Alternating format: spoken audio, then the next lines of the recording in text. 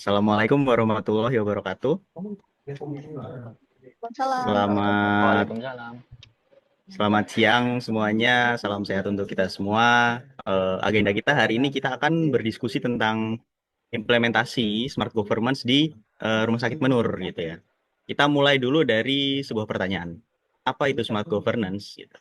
Nah, kalau dari saya sendiri sebagai yang di kepegawaian, saya melihat smart governance itu sebagai sebuah tata kelola sumber daya manusia, di mana SDM-nya itu dikelola secara profesional, adaptif, lalu juga kolaboratif. Artinya, pegawai kita itu nggak cuma kaku saklek bekerja tentang itu aja gitu, tapi gimana mereka bisa berkolaborasi, nanti di mana kolaborasinya itu bisa melahirkan sebuah inovasi yang mana bisa berimplikasi pada peningkatan pelayanan kita. Gitu. Kalau dari saya seperti itu. Coba selanjutnya mungkin Mbak Nadia coba bisa mengemukakan pendapatnya, silahkan. Kalau dari farmasi ya, menurut saya smart governance itu bisa diartikan sebagai ini, tata kelola pelayanan kesehatan yang dilakukan secara terintegrasi, transparan, dan berorientasi pada kebutuhan pasien. Jadi intinya semua itu bertujuan untuk pasien. Jadi bisa keselamatan pasien dan juga keamanan pasien. Contohnya adalah dengan memastikan ketersediaan obat, kemudian memberikan informasi yang jelas ke pasien, serta memanfaatkan sistem informasi untuk meningkatkan kualitas pelayanan. Oke, selanjutnya coba mungkin Mas Huda bisa melihat dari sudut pandang keuangan gimana? Oke, kalau dari sisi keuangan ya, smart governance itu berkaitan dengan bagaimana cara mengelola anggaran agar dapat dilakukan secara efektif, transparan, dan akuntabel. Setiap penggunaan anggaran itu harus benar-benar didukung dengan program layanan kepada masyarakat. Nah, yang penting lagi itu juga harus dapat dipertanggungjawabkan dengan baik. Nah, dengan begitu sumber daya yang ada bisa dimanfaatkan secara optimal. Nah, menurut keuangan sih seperti itu. Oke, coba kalau Mbak Linda gimana nih sebagai tenaga promosi kesehatan? Hmm, Izin dari Promkes ya, kalau smart governance itu menurut saya bagaimana pemerintah atau instansi, terutama di instansi kita nih ya misalkan, itu dapat membangun komunikasi yang terbuka dengan masyarakat. Terus bisa melibatkan masyarakat dalam berbagai program kesehatan. Dan kita kan media komunikasi yang ada, misalkan baik itu yang secara langsung maupun yang secara digital, terus informasi kesehatannya dapat tersampaikan dengan lebih luas dan masyarakat itu bisa lebih aktif untuk berpartisipasi. Gitu sih. Oke, terus selanjutnya Tiara, gimana Tiara di bagian perencanaan gimana? Ya, kalau dari bagian perencanaan dan evaluasi, itu smart governance menurut saya itu bagaimana suatu organisasi atau instansi pemerintah bisa mengelola kebijakan dan programnya secara lebih efektif gitu. Caranya itu ya menggunakan data, lalu juga memanfaatkan teknologi yang terbaru serta kerjasama antar unit. Jadi setiap kebijakan itu tidak hanya berdasarkan perkiraan saja, tetapi benar-benar berdasarkan analisis data dan kebutuhan masyarakat. Terus dievaluasi secara berkala supaya bisa terus diperbaiki. Seperti itu. Oke, jadi kalau saya tangkap ya, intinya secara umum ini berarti smart governance ini terkait dengan pengelolaan pemerintahan kan, di mana dalam pengelolaannya itu kita mengintegrasikan teknologi juga, teknologi dan informasi sehingga bisa menciptakan sebuah birokrasi yang lebih cepat, efektif dan efisien gitu ya. Jadi mungkin ada 3 poin utama yang penting dari smart governance ya, yaitu adalah pelayanan, terus ada birokrasi sama kebijakannya gitu ya. Terus selanjutnya kalau gimana kalau kita kaitkan smart governance ini dengan rumah sakit kita. Rumah sakit kita ini kan memang punya stigma yang kurang mengenakan ya, yang kurang bagus ya di masyarakat karena di mana walaupun sekarang kayak kita sudah gencar promosi di mana ada layanan umum juga, cuman memang masih banyak orang-orang masyarakat luas atau bahkan mungkin yang di lingkungan ASN pun masih banyak yang menganggap bahwa rumah sakit menur itu hanya melayani jiwa aja gitu. Jadi rumah sakit jiwanya itu masih sangat sulit untuk dilepaskan gitu. Nah, gimana sih coba kalau misalkan dari perspektif kita masing-masing nih, mengaitkan smart governance dengan isu tersebut yang melekat sama Rumah Sakit Menur gitu. Mungkin coba dari Mbak Linda dulu ya sebagai tenaga promosi kesehatan. Gimana Mbak Linda? Oke, kalau tentang ini rebranding ya, masalah stigma. Jadi ini merupakan salah satu tantangan tantangan rebranding kita. Jadi masalahnya kan ada di stigma dan semuanya itu tergantung pada persepsi ya. Jadi orang itu mungkin beberapa masih ada yang takut ke Rumah Sakit Menur karena merasa ini tuh tempatnya orang tanda kutip orang dengan gangguan jiwa, hanya pasien jiwa gitu. Padahal yang kita punya itu sekarang sudah banyak poli, banyak layanan, ada spesialisnya, itu juga kan ada bedah, ada klinik gigi, estetika, penyakit dalam dan lain-lain dan itu semuanya sudah canggih gitu dengan dokter-dokter yang profesional juga itu dibukanya untuk umum, bukan hanya untuk pasien jiwa. Apalagi sekarang yang baru juga kan ada polisonografi itu juga kalau kita tahu di bahkan di rumah sakit besar itu sangat sulit untuk ditemui, tapi di rumah sakit menurut itu sudah ada.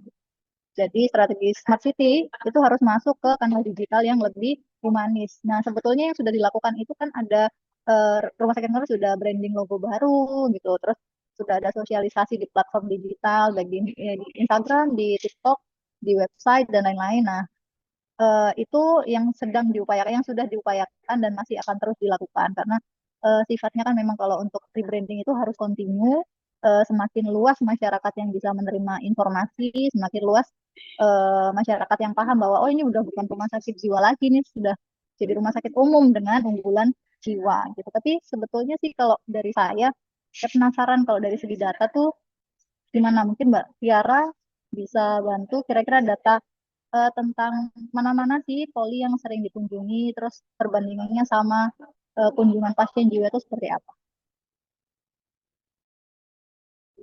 Ya, mungkin kalau secara umum ya, kita bilangnya tahun 2025 itu proporsi kunjungan jiwa kita ada di sekitar 67%. Sedangkan kalau layanan non-jiwa itu ada di sekitar 32%. Jadi untuk saat ini memang rumah sakit kita itu masih bertumpu di layanan jiwa.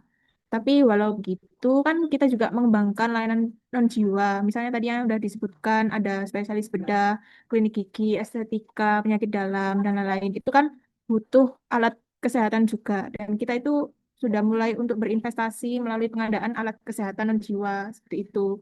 Tapi untuk permasalahannya, apakah alat kesehatan ini tuh sudah optimal atau belum? Karena untuk anggarannya kan juga sudah cukup besar. Itu demi untuk menjangkau kebutuhan masyarakat yang lebih luas juga. Mungkin dari sisi keuangan bisa diberi gambaran tentang pendapatan rumah sakit itu. Nah, bahasan menarik ini. Nah, kalau dari dampak stigma terhadap pendapatan menurutku sangat berpengaruh ya. Pastinya ada potensi kehilangan peluang pendapatan. Ini, kalau dibandingkan dengan rumah sakit Sutomo dan Haji yang telah lama mendapatkan stigma rumah sakit umum daerah, penghasilannya lebih tinggi daripada Menur. Tapi kalau dilihat dari tahun 2025 kemarin, apabila dibandingkan dengan target awal kita yang semula menargetkan pendapatan 70 miliar, malah terrealisasi tahun kemarin itu hingga akhir tahun 88 miliar. Walaupun jauh dari realisasi rumah sakit umum daerah lainnya, tapi ada pengaruh dari perkembangan rumah sakit menur ini dengan layanan non jiwanya. Apabila dibandingkan di tahun 2024 dengan realisasi pendapatan 66 miliar, tentu ini sebuah prestasi yang tinggi bagi menur. Tapi dalam hal pendapatan apabila stigma masyarakat sudah tidak takut datang ke menur, bayangkan kita bisa menaiki rumah sakit haji. Tapi kalau rumah sakit Dr. Stomo menurut saya belum optimis bisa ya. Karena sarana dan prasarana alat di rumah sakit kesehatan di Dr. Stomo sudah sangat lengkap. Kita masih berproses dari tahun 2024 kemarin kan baru kita buka layanan non jiwa. Nah, sedangkan kita sendiri dalam membeli sarana masih perlu pertimbangan biaya perawatan, keberlanjutan, dan masa manfaatnya. Itu menjadi alokasi biaya yang tak optimal. Misal ya, biaya operasional poligigi dan estetik mungkin tampak tinggi dibandingkan jumlah pasien yang datang. Sehingga tampak gak efisien secara finansial. Jadi harapannya dari bagian keuangan semoga stigma tersebut segera hilang dan mendapatkan pendapatan lebih dari pelayanan yang pasti berdampak juga kepada pendapatan masing-masing pegawai. Gitu. Bagaimana Bapak Kepegawaian? Ya, jadi kalau dari sudut pandang kepegawaian, saya mencoba ngelihatnya tuh dari hal basic ya. Jadi memang utamanya adalah kualitas sumber daya manusia gitu. Jadi ketika kita membuka layanan baru, kita tuh harus benar-benar memastikan bahwa layanan kita itu diampu oleh pegawai-pegawai yang memiliki kualifikasi yang profesional gitu. Jadi jangan sampai ketika kita masih baru buka nih terus udah gitu apa namanya pelayanannya itu kurang gitu sehingga itu malah makin menurunkan bukannya mendorong gitu ya. Gitu. Jadi memang ketika pegawai-pegawai kita yang di apa pelayanan itu apalagi yang misalkan yang pelayanan non jiwa yang baru ini ya itu memiliki kualitas, memiliki apa namanya kinerja yang profesional gitu dalam pelayanan di mana mereka bisa berinteraksi secara baik dengan pasien gitu kan, bisa menyampaikan dengan apa namanya mudah dimengerti pasiennya gitu. Ketika pasien itu punya impresi yang bagus, otomatis kan mereka nanti bisa menyebarkan juga ya. Biasanya kan memang lebih bagusnya kalau sebarnya dari mulut ke mulut gitu. Misalkan si A pernah ke Menur terus tetangganya ada yang sakit juga terus akhirnya si A ini merekomendasikan tetangganya gitu kan. Nah, itu menurut saya salah satu hal yang fundamental gitu, hal yang basic banget gitu, tapi benar-benar pengaruhnya besar gitu. Itu punya efek domino ketika nanti pelayanan kita bagus, apa namanya bisa juga menarik pelanggan-pelanggan yang non jiwa itu gitu. Jadi memang kalau saya melihat ada dua untuk saat ini yang bisa kita lakukan. Memang pertama di rekrutmen awal. Di rekrutmen awal itu kita harus benar-benar apa ya namanya memilih, merekrut orang-orang yang benar-benar punya kompetensi yang bagus di bidangnya gitu. Terus juga selanjutnya mungkin untuk pegawai-pegawai yang sudah ada kita bisa mengembangkan kompetensinya gitu. Jadi memang ada di situ kunci utamanya kalau dari sisi kepegawaian ya. Jadi memang benar-benar harus ada sumber daya manusia yang berkualitas gitu. Kalau menurut saya sih gitu. Gimana kalau siapa? Mbak Nadia ya? Coba silakan. Iya, oke. Ini suara saya kedengeran atau masih kurang ya? Oke, Terdengar Mbak mungkin ya lebih gede lagi juga ngomongnya nggak apa-apa. oke, lanjut ya. Kalau di farmasi sendiri, perubahan branding ini sangat terasa itu di pelayanan ya. Jadi perubahan branding ini dari rumah sakit jiwa jadi rumah sakit umum itu menambah tantangan tentunya. Pertama dalam SPO pelayanan kefarmasian. Salah satunya itu adalah tentang pengambilan atau pengantaran obat. Jadi contohnya kalau sekarang ini SPO pelayanan farmasi ini masih sama antara pasien jiwa dengan pasien non jiwa. Nah, ini sebetulnya punya nilai positif ya, karena menunjukkan bahwa pelayanan di rumah sakit umum ini diberikan tanpa diskriminasi dan tidak membeda-bedakan pasien. Semuanya mendapatkan prosedur pelayanan yang sama. Nah, tapi dalam prakteknya ini ada beberapa kendala, terutama yang berhubungan dengan pengambilan obat yang harus dilakukan secara langsung di instalasi farmasi dan tidak dapat diantar. Nah, dulu saat rumah sakit menurut itu masih fokus pada pelayanan pasien jiwa, peraturan ini itu memang dibuat untuk meminimalisir risiko penyalahgunaan obat. Jadi kami sebagai petugas farmasi ini harus memastikan bahwa obat ini benar-benar diterima oleh pasien atau keluarganya. Kemudian kita juga harus memastikan bahwa pasien dan keluarganya ini betul-betul paham tentang cara penilaian obat. Nah, tapi sekarang adanya pasien yang jiwa juga, penerapan SPO yang sama ini menimbulkan beberapa kendala, seperti antrean pengambilan obatnya kan menjadi panjang. Terus kemudian pasien umum yang sebetulnya tidak punya risiko penyalahgunaan obat ini tetap harus mengikuti prosedur yang sama terkait dengan pengambilan dan pengantaran obat tadi. Sehingga pelayanannya jadi kurang efisien. Terutama untuk pasien dengan pasien yang jiwa tadi ya. Seperti itu. Oke, menarik ya. Pembahasan hari ini semuanya udah mengutarakan gimana pendapat atau mungkin pandangan masing-masing ya terkait branding rumah sakit kita ini. Jadi memang eh, secara umum saya simpulkan ya memang eh, branding kita ini masih sangat dipengaruhi oleh stigma masyarakat ya. Jadi memang permasalahan utamanya stigma tentang rumah sakit kita yang adalah rumah sakit jiwa. Nah, memang ini berdampaknya ke semua aspek. Ya kan tadi ada Mas Huda dari pendapatan, tadi di Mbak Linda gimana promosinya harus lebih gencar, di Tiara juga tadi ada terkait data-datanya itu ya yang jiwa dan non jiwa, dari Mbak Nadia juga ada tadi di mana kita masih SPO-nya masih belum ada yang pemisahan dari jiwa dan non-jiwa gitu. Itu lumayan menarik. Jadi sebenarnya kita masing-masing punya peran gitu ya. Kita punya peran untuk gimana sih caranya eh, supaya branding kita ini di masyarakat itu lebih baik gitu, stigma buruknya menghilang gitu. Jadi bukan branding ini bukan cuma tugas dari selama ini kan kita nganggapnya tugas dari humas atau mungkin PKRS gitu ya, tapi ternyata ketika kita gali lebih dalam lagi, ternyata kita masing-masing itu masih punya peran masing-masing gitu ya. Nah, jadi memang ini saya ada beberapa catatan ya. Jadi kalau misalkan dikaitkan dengan konsep smart governance, maka penyelarasan antara layanan unggulan jiwa dan identitas baru kita sebagai rumah sakit ini perlu dilakukan melalui beberapa cara gitu ya. Di sini ada 4 saya menulis. Yang pertama kita harus menguatkan komunikasi publik berbasis data untuk merubah perspektif masyarakat gitu. Jadi selama ini mungkin kalau misalkan kita mempublikasikan sesuatu itu harus benar-benar berbasis data, terus juga gimana caranya supaya itu tuh menarik gitu sama masyarakat. Itu sehingga nanti kalau misalkan publikasinya bagus-bagus gitu ya itu bisa lumayan menarik juga lah gitu sama masyarakat.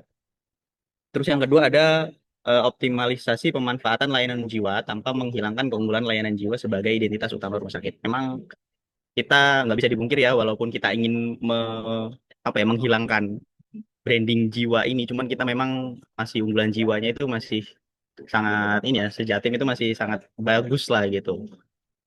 Jadi memang tanpa kita memang harus ada ini ya tambahan kalau saya dari segi SDM memang harus ada tambahan mungkin SDM-nya gitu ya yang untuk non jiwa, tapi yang jiwa ini juga tetap berjalan gitu, tetap harus bagus gitu ya.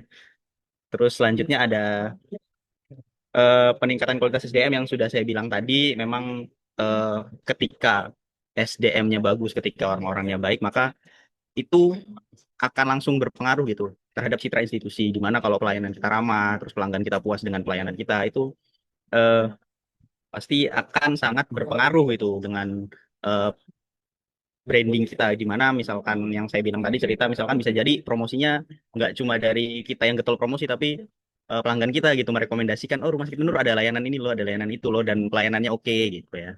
Terus selanjutnya yang terakhir itu ada penyesuaian kebijakan operasional layanan agar lebih adaptif terhadap karakteristik pasien jiwa dan non jiwa. Jadi ketika rumah sakit kita sudah beralih bukan rumah sakit jiwa lagi, memang perlu ada penyesuaian-penyesuaian lagi terkait kebijakan gitu biar yang non jiwanya juga bisa lebih terakomodir.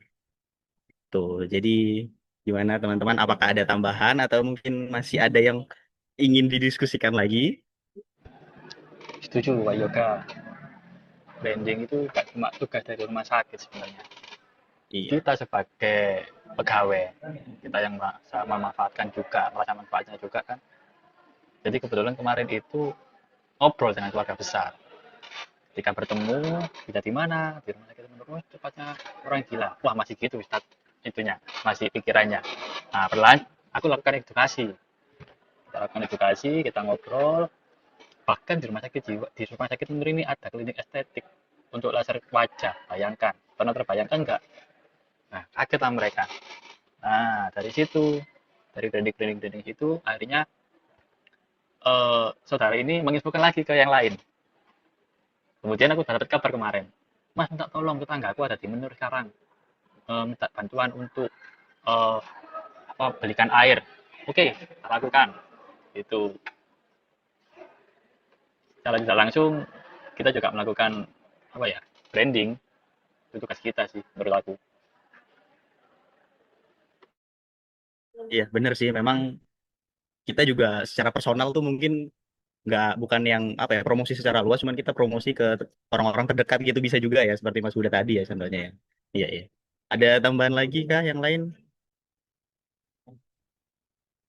Kalau nggak ada, sepertinya sudah cukup ya. Kita lumayan seru hari ini ya. Oke, Ya, baik, siap. Yaudah, terima kasih teman-teman atas waktunya. Mungkin cukup sekian ya. Saya akhiri. Wassalamualaikum warahmatullahi wabarakatuh. salam. Waalaikumsalam warahmatullahi Terima wabarakatuh. kasih. Sampai jumpa.